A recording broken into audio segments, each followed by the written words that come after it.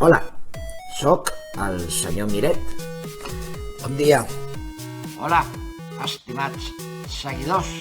Hola a tothom, sóc el senyor Miret. Bon dia, estimats seguidors. Avui porto dos mini recomanacions molt especials amb motiu de l'onomàstica o l'aniversari, el 50 aniversari d'un bon amic, en Robert Saugar. Doncs li anem a fer dues recomanacions literàries. La primera d'elles és aquest llibrot que portem aquí, que porta per títol Com perfeccionar el teu estil de natació per reconquerir l'amor de la teva parella. No és pas que l'hagi perdut l'amor de la seva parella, però la temàtica, el contingut d'aquest llibre era molt adient per una de les aficions més ocultes d'en Robert, que és conquerir l'amor del sexe femení a través del seu peculiar estil de natació.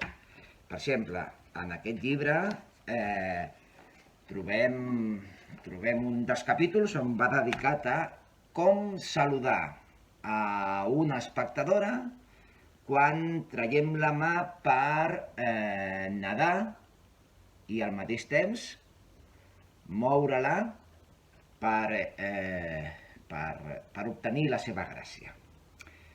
Bueno, és un llibre força recomanable, sobretot per la seva peculiaritat. I el segon llibre que portem, també molt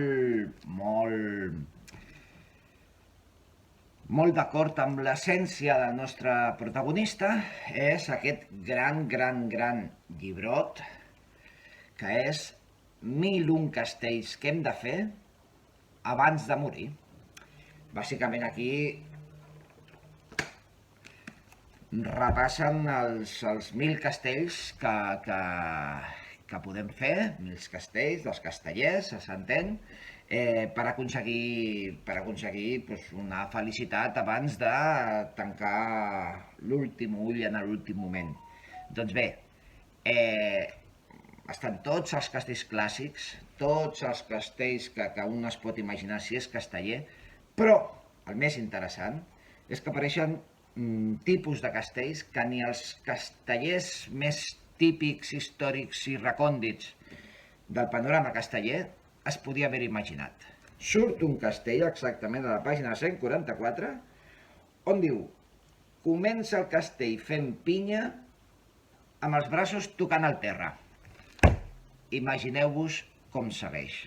Bueno, esperem que aquestes dues recomanacions i aquests dos reptes serveixin perquè el nostre protagonista tingui perspectives vitals noves amb aquest nou període de temps que li ve per davant.